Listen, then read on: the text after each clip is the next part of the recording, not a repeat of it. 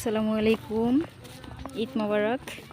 আজকে আমরা জাহাজমারা সমুদ্র সৈকতে ঘুরতে এলাম। এখানে আমার ছেলে রিদম এবং তার বাবা আছে।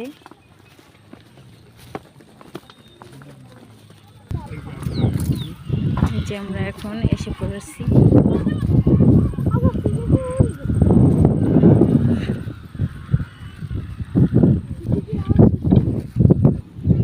যে এবার আমরা চলে আসলাম এখানে। খুবই সুন্দর মনোরম পরিবেশ, অনেক ভালো লাগে।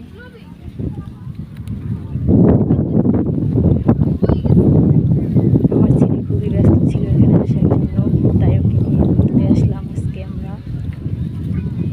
ওর বাবা ভিডিও করতেছে। অনেক লোকজন এখানে এসেছে।